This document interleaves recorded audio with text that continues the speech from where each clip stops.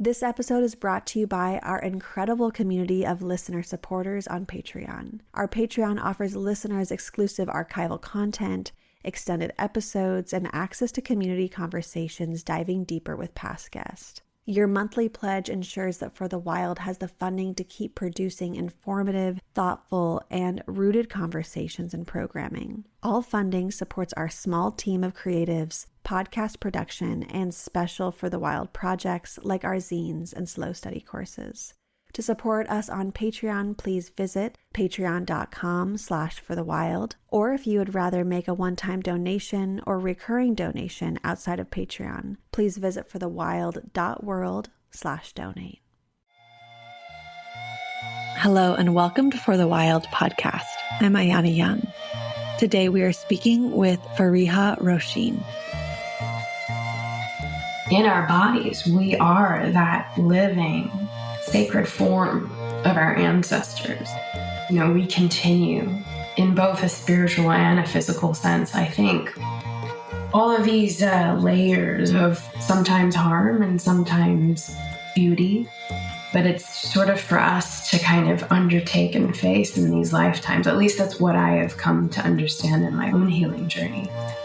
And so through that, I've seen that the body is really the strongest template for us to understand who we are. Fariha Róisín is a multidisciplinary artist born in Ontario, Canada. She was raised in Sydney, Australia, and is based in Los Angeles. As a Muslim queer Bangladeshi, she is interested in the margins, in liminality, otherness, and the mercurial nature of being. Her work has pioneered a refreshing and renewed conversation about wellness, contemporary Islam, and queer identities, and has been featured in the New York Times, Al Jazeera, The Guardian, and Vogue. She is the author of the poetry collection How to Cure a Ghost, as well as the novel Like a Bird, Who is Wellness For, and her second book of poetry is entitled Survival Takes a Wild Imagination, due fall 2023.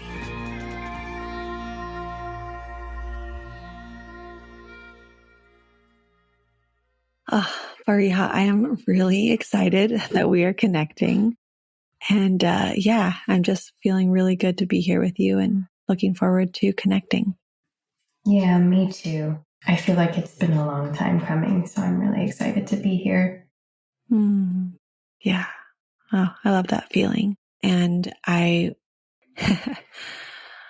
really love your work. And I wanted to begin the conversation with talking about your most recent book, Who is Wellness For? I guess just to jump right in, what contradictions exist within our modern conception of wellness, and how did writing this book bring them to light for you? Oh my God, where do I even start? The contradictions. I think the contradictions exist in really this feeling that or this belief that we've come to embody or understand, or just subconsciously just feel that our personal wellness or individual wellness is more important or impactful than community wellness. And while I was doing my research for this book and writing this book and just comprehending the vastness of what I was engaging with and what I was, facing for the first time at this level, what was so astonishing to find was that people, have just kind of completely decontextualized and removed themselves from a responsibility to one another. And that was so depressing to me, and still is so depressing to me as a reality. And it's something that I'm constantly navigating myself, but like within myself and also within the wellness community, because I also am participating. I go to retreats, I do yoga, I'm learning meditation and all of these skills that I am learning. I'm learning not primarily from white people or people that are not, from these spaces. But I think in a Western context, there is so much that there's so much loss that we're grieving, and we haven't faced that. And that I feel that in the process of just living and being in the material, and looking at the research and looking at our lived reality, all of it sort of really came together. And, I was writing it also primarily during the pandemic. So those realities were so palpable. So I learned a lot while researching this book, and it was profound and also debilitating at the same time. Mm-hmm. Yeah, profound and debilitating is a really good way to describe how I feel a lot of the time when I'm kind of awakening to a lot of the realities. And I'm thinking a bit more of things you'd said about when you're writing Who is Wellness For? And in your Substack article on protecting women, you wrote, researching Who is Wellness For made me realize how often illness is a sign back to ourselves. Illness is a conversation your body is trying to have with you, and it is up to you to decode it, but all the evidence is there, end quote. Yes, I'd love to decipher this quote a bit more with you. And I really see that culturally we are in a time of mass death, whether that be due to climate change or broken systems of care or outright systems of violence and war. And so I'm wondering how you see our bodies reacting to this, and how can our bodies teach us about the need for collective wellness? I think our bodies are revolting, and like they are in revolt. And I think about that often, just existing under the perils of capitalism and the sort of unnaturalness of how we exist with one another, and how we're all, again, participating in it. It's a struggle to sort of detach and decode yourself, in a new way. But I think that what our bodies are telling us and what our bodies are showing us through illness primarily, and through, I think,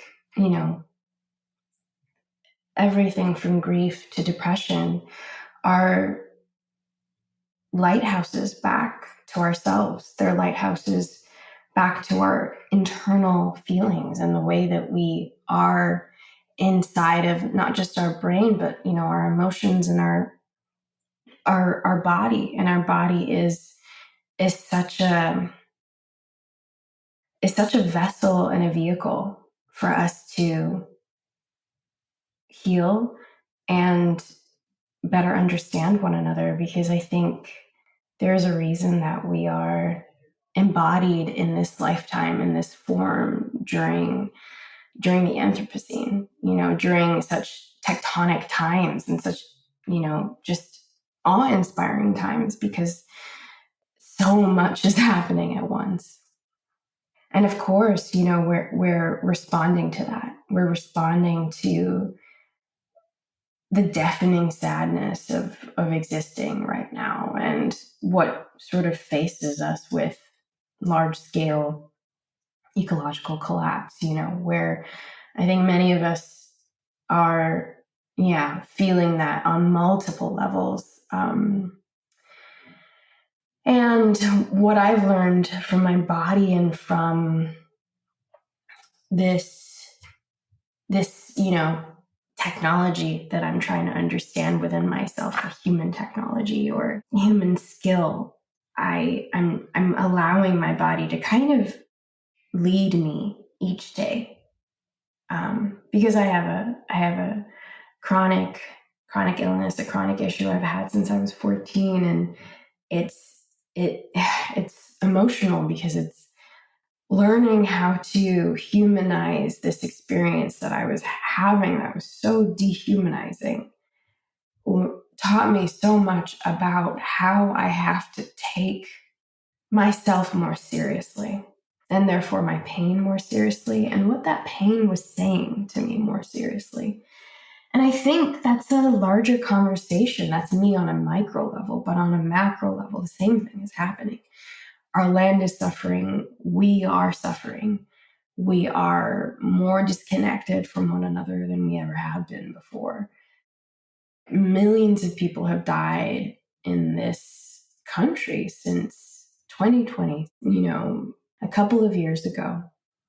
And it's a shocking reality to live in. And I think that that's why sickness, illness, disease are all sort of around us abundantly. And I think that most people I know are struggling with something.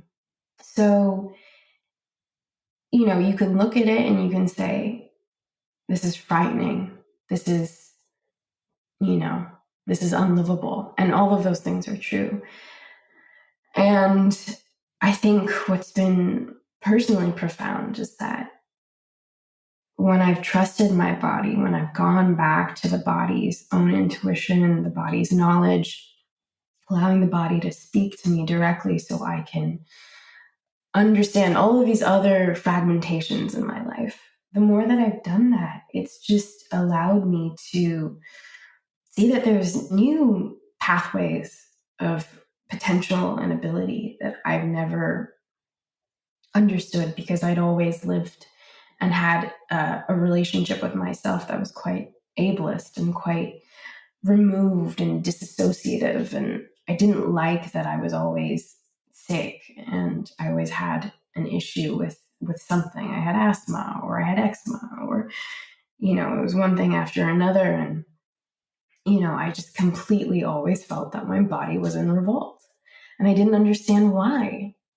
And yeah, the moment I just started to pay attention, so much cracked open, but so many things were explained. And that's where we're at right now with the world and with this earth, where we're being forced to face new horizons, new parameters, but we don't understand how much stretching and possibility is going to come out of that.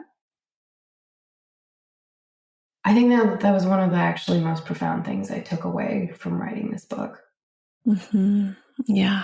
I want to get into the nitty-gritty a bit more with you on trying to understand illness as a sign back to ourselves. And I don't know if you would want to share something personal, like an example that you've seen in yourself or that you've seen in others, but if you could just walk us through something kind of tangible that we could see ourselves in.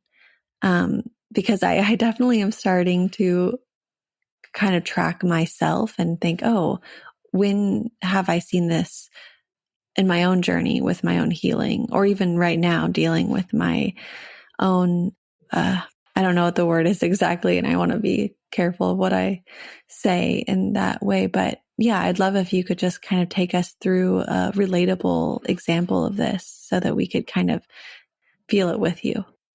Yeah. Okay. So in my own life, I'm going to go back to the beginning. And I think that this is a really important through line that I figured out in my late 20s, which is when I really had sort of a breakthrough with my body.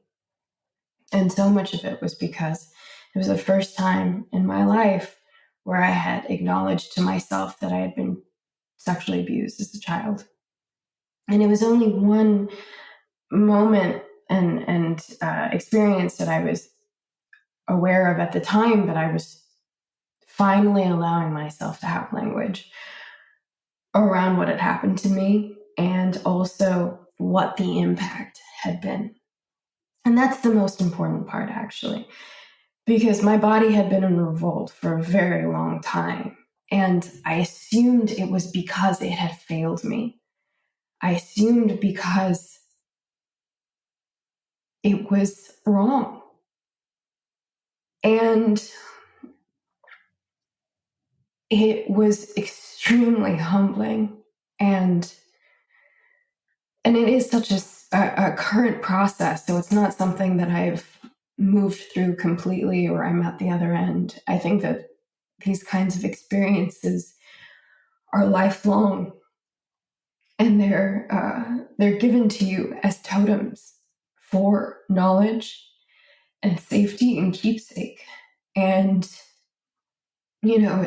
it's I believe that child sexual abuse survivors have some of the most powerful abilities in the world, because we have to transmute so much in order to exist. And so once I started to see like how I was fragment to fragment, including the illness and what the illness had been telling me all these years, which it was, I believe, the message that it was sending me was that it's okay to be here. Stop rejecting yourself. You're not wrong. There's nothing wrong with you. You don't have to disassociate to be lovable or to exist even. And my own illness was a way, like, in all of the ways that I think that my own rejection was what was what my body was responding to. Eczema, asthma, like in Ayurveda or even TCM, in traditional Chinese medicine, these are such powerful indicators, right? Like, your meridians and how you eat, what your doshas are. All of that gives them so much knowledge about these practitioners, so much knowledge about how your internal ecosystem is. And that can also be understood and like explained and expanded through a bigger and better knowledge of knowing what happened to you as a child, who your parents are, what kind of lineages you come from. All of that is explained in our bodies. We are that living sacred form of our ancestors. We continue in both a spiritual and a physical sense, I think. All of these layers of sometimes harm and sometimes beauty, but it's sort of for us to kind of undertake and face in these lifetimes. At least that's what I have come to understand in my own healing journey. And so through that, I've seen that the body is really the strongest template for us to understand who we are, because the mind has been such a sort of Western obsession. The mind is the beer or the doer of all things, but you can't do anything. Well, you can't do much if you can't be in your body or if your body isn't working. And even then, it's okay. We have to understand what that body is telling us. And, to accept all bodies, even in their brokenness or even in their decay, even in their trauma, even in their harrowing sadness, all of those things, all of those states are allowed when we understand the kind of things that have impacted us. And so we are able to have compassion for the ways in which our bodies work, and sometimes how they work against us. And all of that messaging is there. And I do think that is, again, like such a wild way for us to start understanding the rest of the world, when we can actually start understanding ourselves.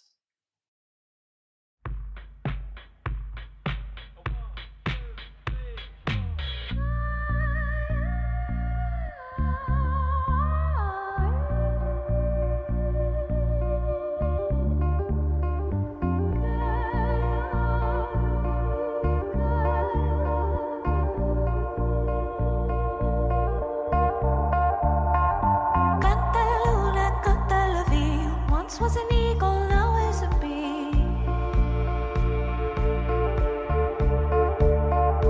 Canta el árbol, canta la flor, es la huella de un día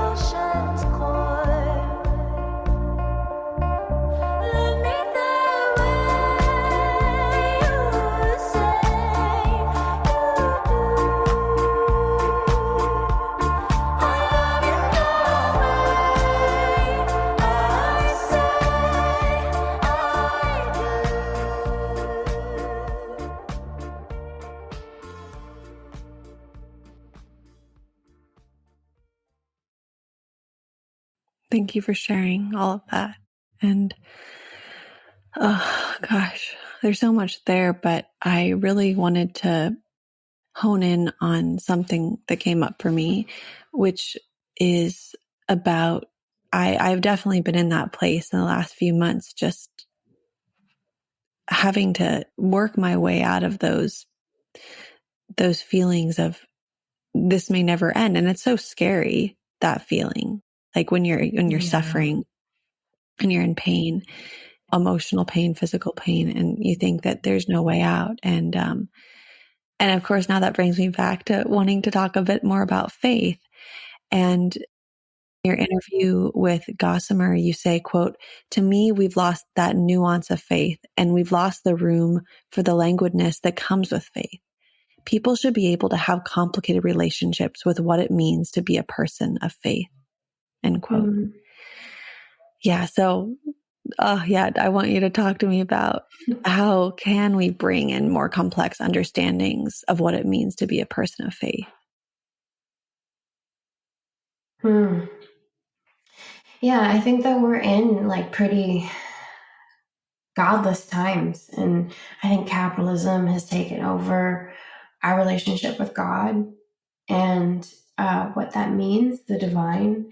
And I know that God is different things to different people. And I don't want it to be sort of even tied to religion. I think my own relationship to God has really transformed in the last couple of years as well, having been raised Muslim and having, all of that sort of as a foundational understanding, but then doing a lot of spiritual work and having relationships to plants and having relationships to different kinds of medicine. And I've expanded. And I think that that is also very Muslim, and that is actually a very divine relationship to expand with everything, especially on the earth. And I've learned a lot about just,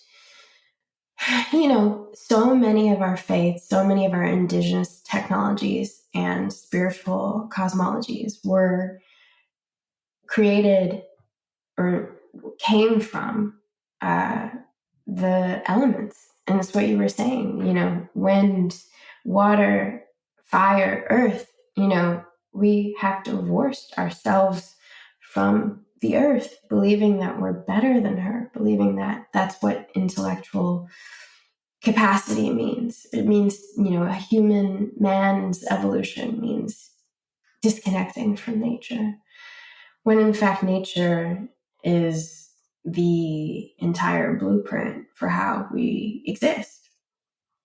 And so that to me is about faith. And I think we're in a crisis of faith because we live under capitalism and we live in the shards of colonization. And Anthropocene, I think, is directly, it's been proven to be linked to colonization and sort of the destruction of the world for the bellies of a few. And that kind of violence, I think, removed a lot of people from the compass, from their own spiritual compass. And so in order to decolonize, it is a matter of coming back to not just earth, but to God and whatever God is for you. I think faith is so complicated for so many different people because there's so much harm that people have faced, and I think that that's something that is a part of the healing, naming the harm that's been done, whether it's, the Catholic Church or any person who has experienced harm under a religious, or, someone who deems themselves religious person, the ways in which many of us have been castigated from places of spirit and places of worship. And, as a queer person, that's something that I have wondered, what kind of world exists for somebody like me who exists in many different peripheries and is many different things. Where do I get to exist and be? And I think that it's a very Rumi thing, and I've been reading a lot of Rumi recently, and comprehending his work and what he meant, and who was he writing to, what was he writing about? We'll never know, but his profound relationship with God and this understanding of the beloved, and so much can be the beloved. It can be a tree, it can be a spouse, it can be a former beloved, it can be a teacher, it can be a friend, it can be God. And really this idea that so much of Rumi's poetry is actually always to God. It's always in reverence to God. But those things are never explicitly said. It's often, he often would use, love poems to kind of express his love of God. And Rabindranath Tagore, who was the great Bengali writer who I was raised with as well as Rumi, so much of his work, he wrote many poems. I can't remember exactly what he would call them, but they were like one love poems because he was raised Hindu, but the poems were very much like in reverence of a lot of different things. And India, before it was colonized, was a very syncretic society. So Muslims and Hindus, many of them experienced faith in a very hybridized way. And I think what's happening with more nation building and more borders, we're losing that syncretic sensibility. We're losing the understanding that faith is multi-hyphenate sometimes. It's many different things. It's because you can't express it with just one thing. And you can say that, how the Muslims say, all of that you can distill into a love of God. And I think Rumi was saying that as well. All kinds of love is just a love of God. And I love that. I love that understanding. And I love that way of existing. And I think that it's something that saved me time and time again, that understanding, even if I was in the pit of grief. Accepting my life has taken a lot, but being in a love of the divine has saved me, and it's given me so much. And that's kind of extraordinary. Mm-hmm. Yeah. I am thinking about an essay you wrote, How I Learned to Accept My Queerness as a Muslim Woman, where you say, my entry in the workings of my sexuality didn't feel like the antithesis of my religion. In fact, I felt my love for God, for Islam, for the Prophet as a companion for my love, for the exploration of myself and of the world around me. I didn't think they were things that were mutually exclusive. I just knew that people wouldn't understand. End quote. Mm. So, how have you made peace with the idea that some people may just not understand your relationship to the divine? Mm. Yeah, I mean, I've just had to accept it. I think that it doesn't really bother me much anymore because a lot of people will think a lot of things about everyone. And what can I do to convince somebody? Nothing. I don't have to convince anyone, but I do have to move with God and understand that that's the most important principle that I've signed on to do in this lifetime, to be somebody who embodies that. And I don't always, by the way. I struggle too, and I have a lot of human flaws and human struggles, and go into a lot of darkness. And I have difficulty with all those things. But I found a lot of queer community that's Muslim, and my partner is also queer and Muslim, and that has helped me accept myself and know that there isn't a distinction between good or bad in this sense. We've many of us, I think, have been taught in just society that being different in any way, especially if you're queer or you're trans or you're disabled, you're fat, there's so many ways that people will make you feel terrible about yourself. But we're trying to move towards a society that accepts all things, all beings. And I want to participate in that society. I also have done immense research, and a lot of it is in Who is Wellness For. There is multiple chapters that talk about my connection with Islam and how it's evolved, but kind of going back to sort of ancient literature and seeing how much queerness existed within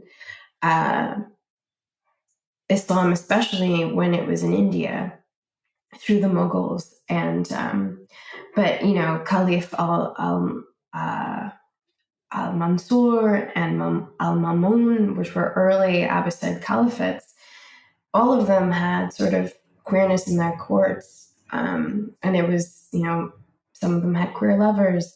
It was known and written about. And this happened throughout the Mughal Empire as well, with Shah Jahan's daughter being sort of apparently openly queer, and that just being known and accepted. And obviously, there's unfortunately not enough information that's come out that that is available, but these things do exist in literature and in research when you try and look for them. And I think that that's been my own lighthouse back to myself, understanding that queerness is not a modern thing. It's not something that just came out of, westernization, which was something that I was definitely told when I was a kid, that these things are not for us. And I beg to differ, obviously, through my own life experience, but also I know that, again, coming back to sort of pushing beyond something, to come to something new, to come to the next horizon. Like, that was always my relationship to Islam growing up. I had a very elastic relationship with God. And I think that that's something that I see in a lot of these early works in literature that come out of, Persia, that come out of Spain, that come out of all of these places where Muslim thought and thinkers were comprehending beyond just what they knew, because so much of that was the Muslim way, to kind of question and challenge, not God, to question and challenge ideas, thoughts, things, and to come to your own interpretation about them. That's the people I come from, and that's my lineage. And so that's what I'm harking back to. I'm harking back to a time where people were in conversation with one another, that they were in dialogue with one another, even if they disagreed. And there was space to talk, to debate. And, people did disagree, but it was a part of society. And there was a lot of thinkers and different types of thinkers. There were more, now we would call them fundamentalist thinkers, but there were also a lot of, very, very, what we might call woo-woo or spiritualists, astrologers in these Muslim courts.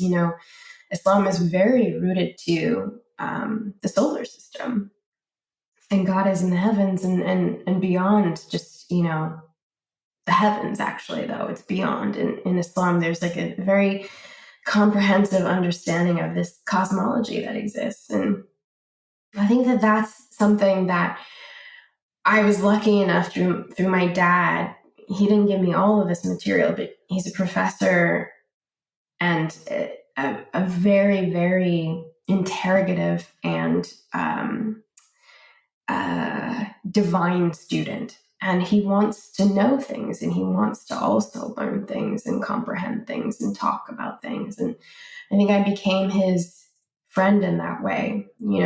Us surviving a pretty terrible home life situation together, as well as with my sister. My relationship with my dad was talking about faith and talking about you know, bigger things, deeper things. And that's still my relationship with my dad. And so I'm lucky that he kind of taught me a lot of these things early so I could go and have a place to start from, but then also go off and do my own research and find my own things. But yeah, these days it doesn't feel odd at all to be queer and Muslim, like the queer or Muslim. We've come to, I think, a different understanding of both of those identities in the last couple of years.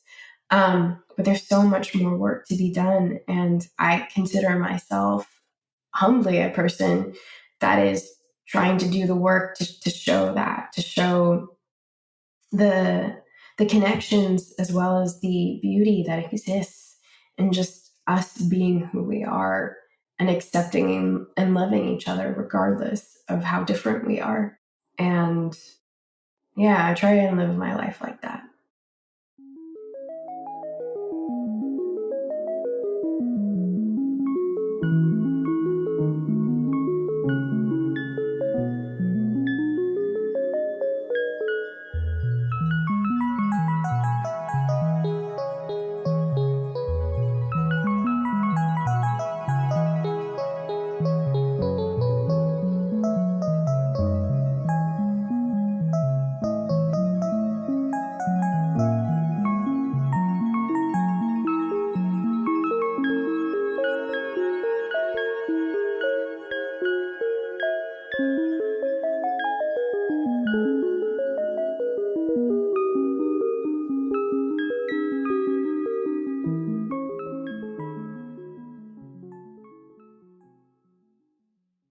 And, we are a society that hates women. I just want to say that in itself, because I don't think that we comprehend that enough. Yeah, we're a society that hates women. And in every shape or form, all of us have been taught to hate women. And to different degrees, obviously. I had a very abusive mother who hated women. So I was taught by her specifically, and also she harmed me in many different ways, and including sexually. So it kind of makes sense to me as I get older that she had so much disdain for women. And I think that is explained in her actions, but I see it everywhere, not just in my mother, who I also understand. I understand why she felt that way, because that was her experience. But I feel like we don't think about the grave impacts that we're all facing. And I see this a lot in wellness spaces as well, because we're not coming back to the core of everything. I've been in, schools with ayahuasca teachers who are very connected to the land and the indigeneity of the plant, and are extremely learned and wise, but are still harmful because of, I think, misplaced misplaced feelings, misplaced relational aspects towards women. And that's perpetuated again and again and again and again. And, this was something that I was working on just before the pandemic as a docu-series that I wanted to direct, but now I'm sort of pivoting and making it potentially into a podcast. But it's just about this idea of jealousy. And I faced that a lot in my own work, but in my own life as well. And it's a feeling that I'm currently facing in myself towards, people and people that I even love. And so it's just something that I'm constantly thinking about. I'm thinking about how I'm implicated all of the time. And that's where I always start, because I think it's much more interesting when you start with yourself. And there's a lot more material. And I think dissecting my own behavior, and then also sort of dissecting a lot of the things that have happened to me as a person in the world, but also as a public person in the world, writing publicly for many years now. It's been over a decade. And existing online, being a woman online, and the ways in which people interact with me, I know that we hate women. I know that when my friends tell me what people say to them online, and you don't have to be, well known. It happens so rampantly that if you just exist, you are a target. And so I'm really curious about how we start not only facing, but moving through, digesting. Really, I think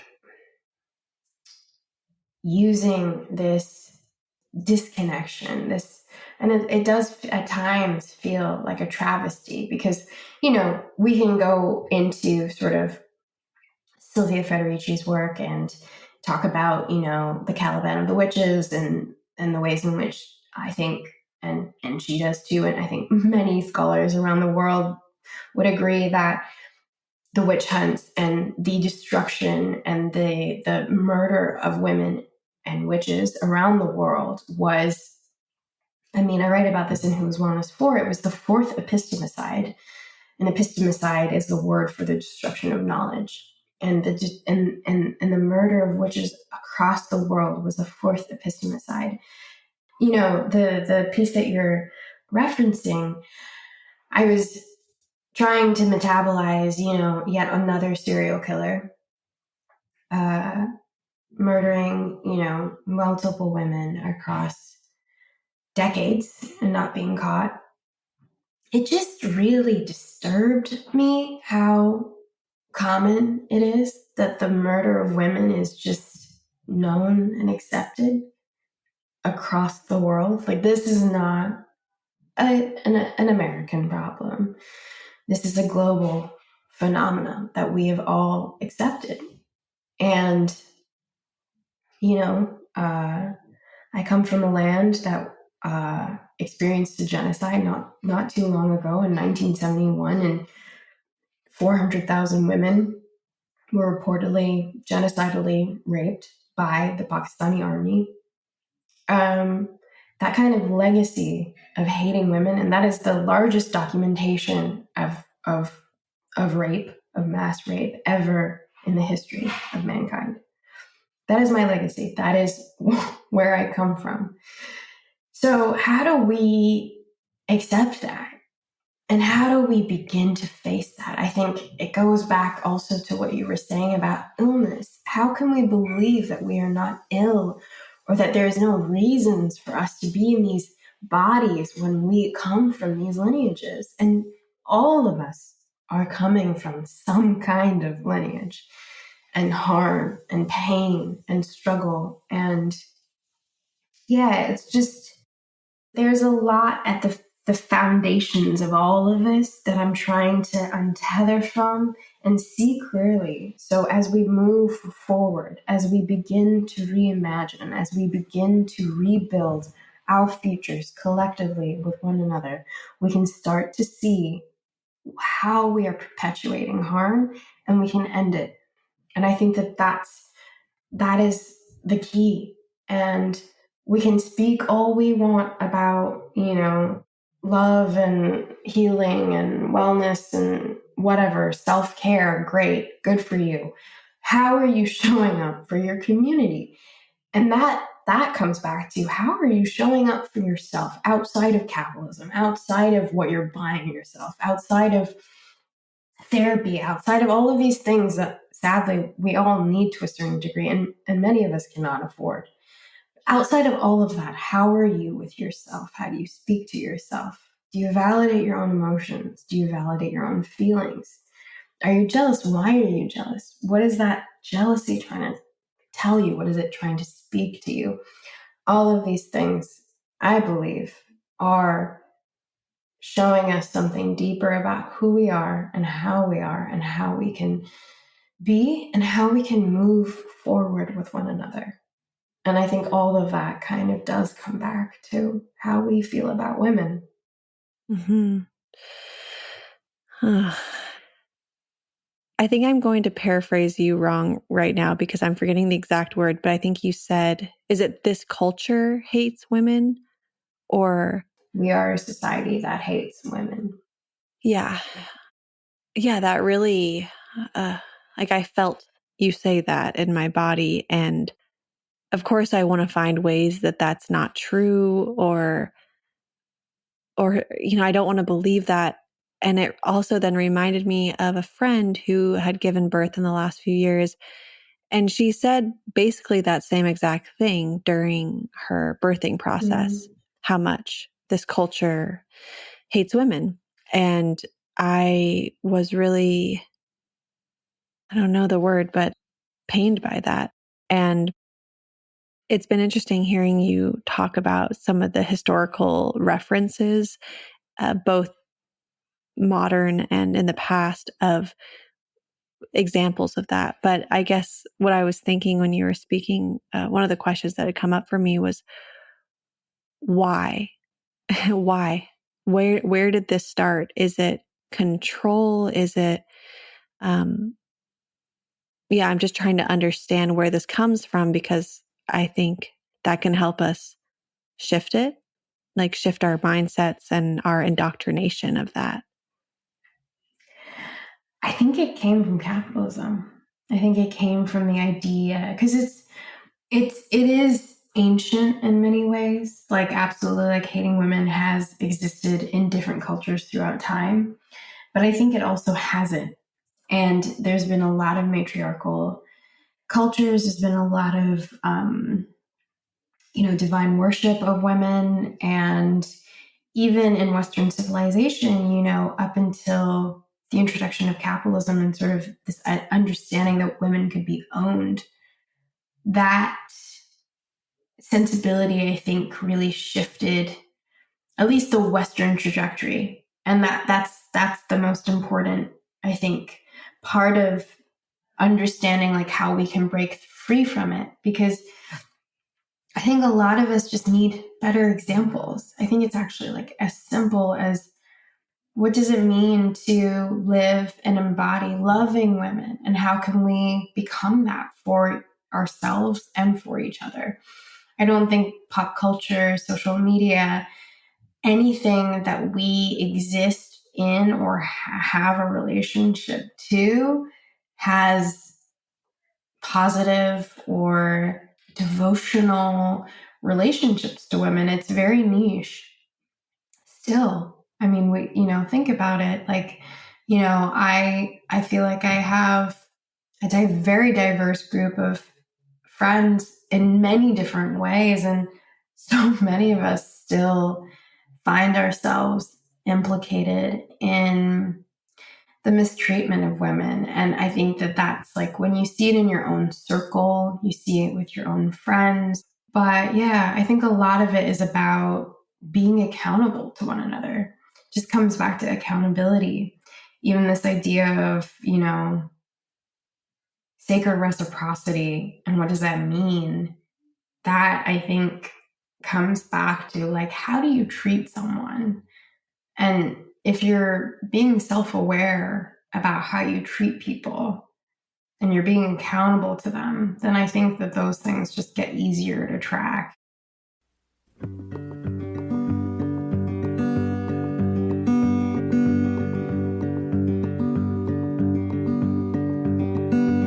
I was wishing it was last year when you held me in the rain. Oh, but nothing lasts forever, nothing really goes away. No, it all just slips around in different forms and different spaces throughout time. And time is not a constant, not a line like we pretend. We make up 7 days a week to explain how it began. Oh, but time is more like fabric, how it wrinkles and it bends, like the cover on my bed when you slept over. So let's just take a minute as we say our goodbyes. I wanna take my time here with you, wanna look you in the eyes. Never was a word that could easily describe what this silence here between us says as we walk into the night. Yeah. Yeah. And I think this definitely relates to the celebrity cancel culture, social media stuff you were referring to earlier as well. How our hate and lack of accountability to each other has been amplified through these software applications, basically, that are then bought and sold. And of course, the more we hate each other and the more fear we have and the more we reject each other, the more money that's being made off of us. Yeah. And then of course we're being sold that and indoctrinated more. And it's this horrible self-fulfilling loop that only disconnects us. And then I think it's like we turn against even ourselves at that point. And I think a lot of the self-hatred then gets fed by that too. And so I guess that kind of brings me to this other thought about survival. And you have an article called Celibacy as Survival. And you write, quote, "So over the last few years, I've chosen celibacy as a way to slow down and understand myself. The mind forgets what the body keeps the score of, but sooner or later, you have to face it all. My body stopped wanting to have sex as a way to remind myself, take yourself seriously. Take your body's pain seriously. And that's just it, isn't it? So many of us are so far from ourselves, distant from who we are, because for so long we've been running. Celibacy as an action has meant that I have to look at that void. I have to face it. I've had to stop running, but I've also had to come back to myself and honor everything that is here within me, alive." End quote. Oh, yeah, I think when we prioritize and center the importance of survival, I think we often open ourselves up to the reality that our relationship with oneself might change and our body may surprise us with what it needs. So, how do you make the space to listen to what you need in order to prioritize survival?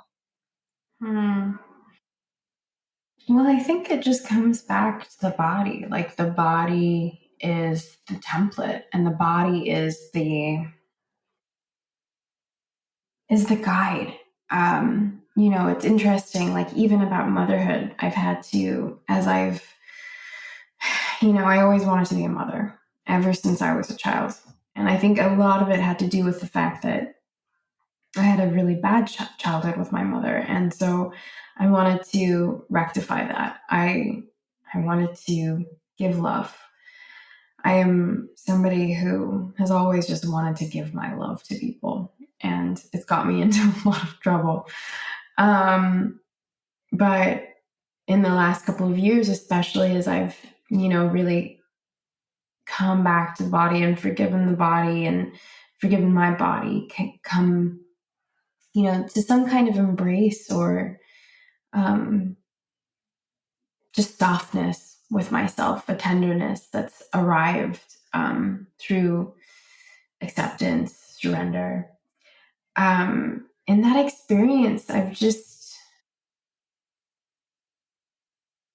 don't know, it's very strange, but this feeling of motherhood no longer feels possible in this lifetime or in this body anymore.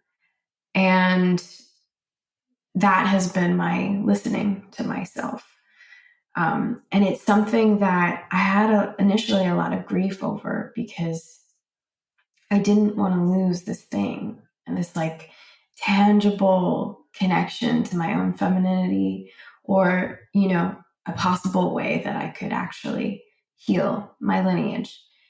And, through having a child and loving that child, I understood how powerful that could be. But when the abuse returned back to my body when I was 29 years old, something completely shut off. And I write about that in Celibacy as Survival, the piece I wrote for The Cut last year, because it was so disturbing to suddenly feel like my entire relationship with my womb, with my uterus, was no longer mine anymore. And that there was a deep severing that happened, because in order to understand the totality of my sexual abuse as a child, I had to understand my own transgression. And in that, it was just the only thing I knew to do was to disconnect and disassociate from myself sexually. And it did happen very naturally, but it didn't happen even with me thinking about it. And that awareness, that like sort of that feeling, that sensation, and trusting it, listening to it, devoting my ear to it, devoting my time and my attention to it, all of that takes so much courage, and it takes so much humility to just be like, okay, maybe motherhood is not for me, because I don't know if I can ever sort of move past this feeling. And obviously the biological clock is against us. That's part of the reason that I think so many of us have this anxiety around motherhood. And I don't know, I think that in a world where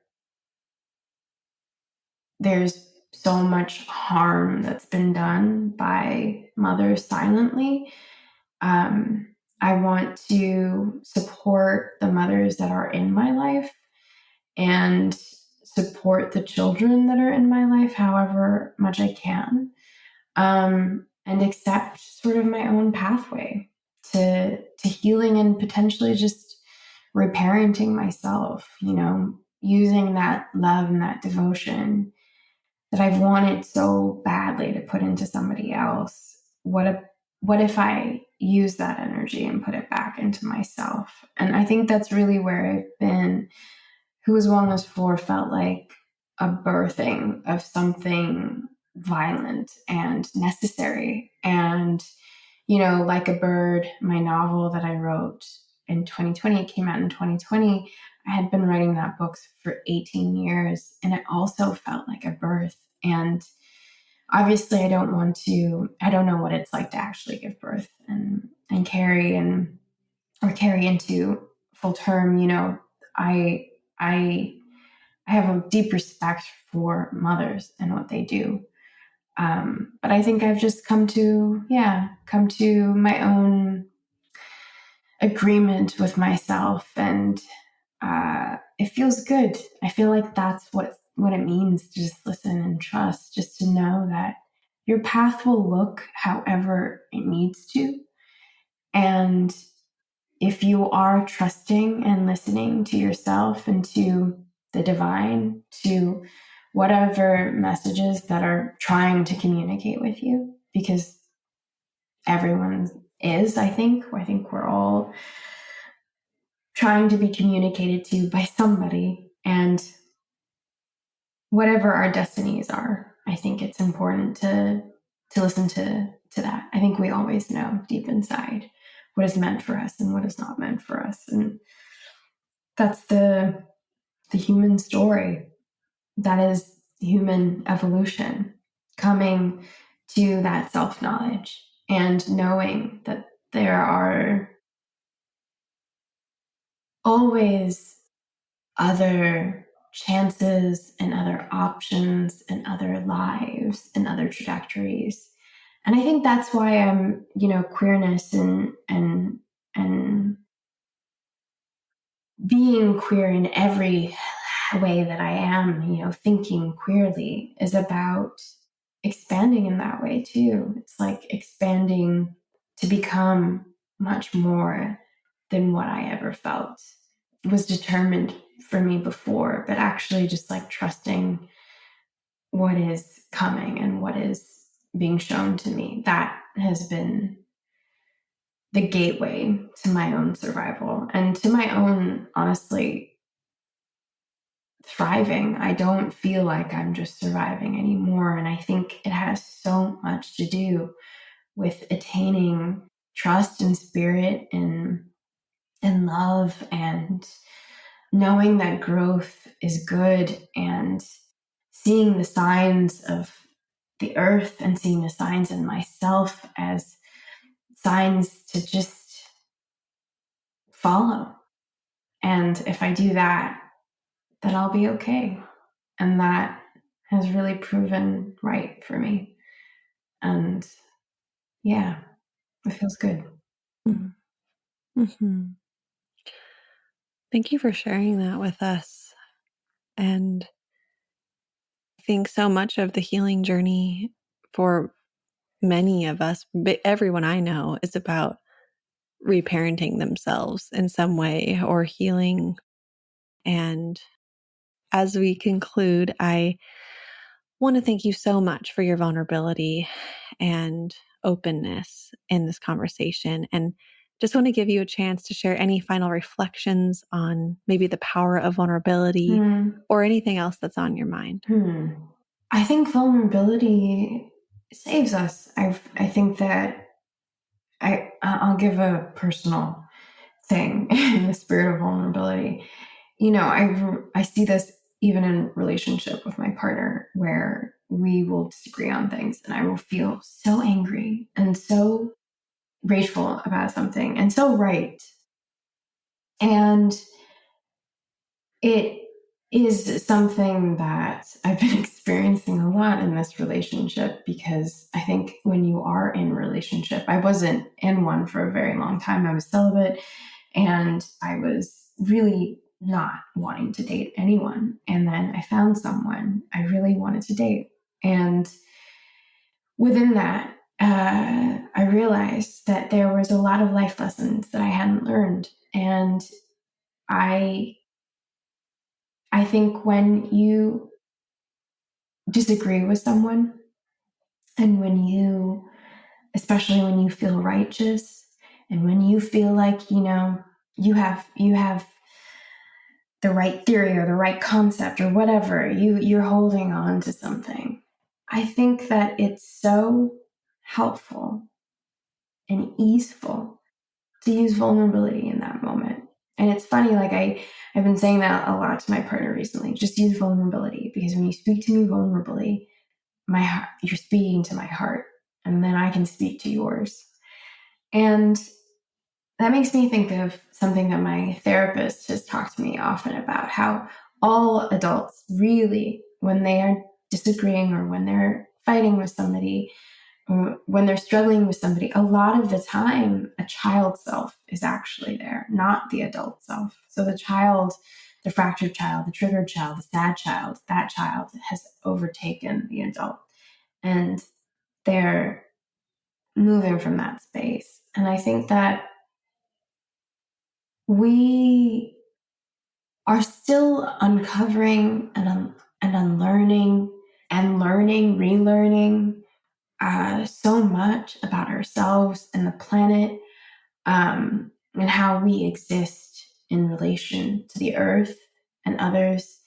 And I think humans right now are being tasked to do, in order to face the future, we're being asked to face our ancestors' sins, the sins of colonization, the sins of the planet, the sins of murder, partition, genocide, the sins of occupation, the sins of just violence. We're being asked to face those things in our lineages, in who we are, in our families. And if we can do that, then we can get to the other side. But that takes vulnerability. It takes the ability to put forward your heart, even though you've been hurt, even though you're scared, even though you're sad, because you know that your vulnerability is actually not for the other person. It's actually for yourself. And that, when I understood that, it changed everything for me. I'm not being vulnerable for you or for an audience, I'm being vulnerable for myself. I owe it to myself to come truthfully to this. And I owe it to myself to speak myself to you. And that responsibility is everything to me. Again, I don't succeed. I have very human flaws and I struggle with all of this all of the time. But vulnerability has been some of, if not my biggest strength, it's been one of the things that has really elevated me as a human being in all of the work that I do, because I refuse to be constrained by fear and I refuse to be constrained by capitalism. I refuse to be constrained by any kind of structure that won't serve me or the people around me or people in general. I want to live beyond the ideas of white colonizers. I want to live a life that is not just free for myself, but for all. I want to live a liberated life. And I think all of that requires vulnerability. I think about every revolutionary movement that I know of in the last 100 years. So many of those revolutionary movements were led by men who had egos. And we don't think about that very often. Why men get bought, why this keeps happening, how power keeps shuffling into the wrong hands. It's because of a lack of vulnerability, of a lack of wanting to not just do good, but do right for the heart, not just what is right for the self or for an individual. Or even for one movement. How do we coexist with one another? How do we come back to that? Or how do we learn for the first time in the history of this planet's imagination? How do we learn to live together equally, fairly? All of that requires vulnerability. It requires the vulnerability of the loss, of the grief, of the genocide, of the enslavement, of all of the things that we're constantly navigating in this lifetime, and the brutality of race, the brutality of class, all of those things, where we're trying to face that. And that means that people need to be vulnerable about how it's harmed them, and people need to be vulnerable in listening to how it's been harmful. And that work is the work of our lives. This is the work that's being called right now. I think this is the work of revolution. And it means really going back to yourself again and finding all of those little corners in yourself that you've denied, that exist in the shadow, and understanding them so you can be better and you can show up for the people in your life, that you can show up for your kids, you can show up for your partner, you can show up for your friends, for the women in your life, for the women in your community, because you have looked after yourself, you have faced yourself, and you have done the work to love yourself. I really think that all harm that's ever been done in the history of the planet is because of a lack of love. And when people have felt, that they have been rejected or hurt, or it always comes back to love. And if we were to be vulnerable about why it hurts or how it's hurt us, I think that we would just be different. We'd be a different people. And I long for that.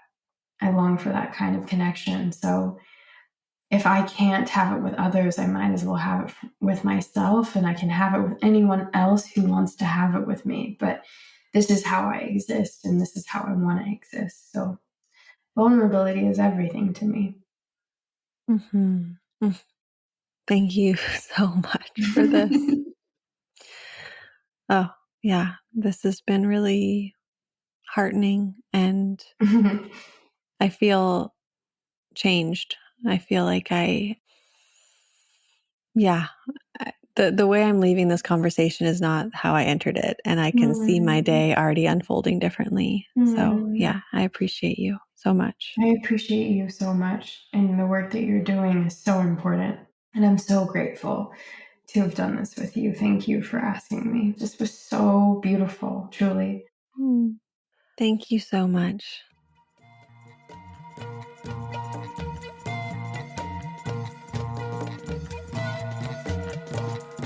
Thank you for listening to this episode of For the Wild. The music you heard today is by Misha Salton, with special thanks to Patience Records, Amo Amo, Kolobo, with special thanks to Leaving Records, and Amber Rubarth. For the Wild is created by Ayana Young, Julia Jackson, Erica Ekram, Jackson Krupp, Evan Tenenbaum, and Jose Alejandro Rivera.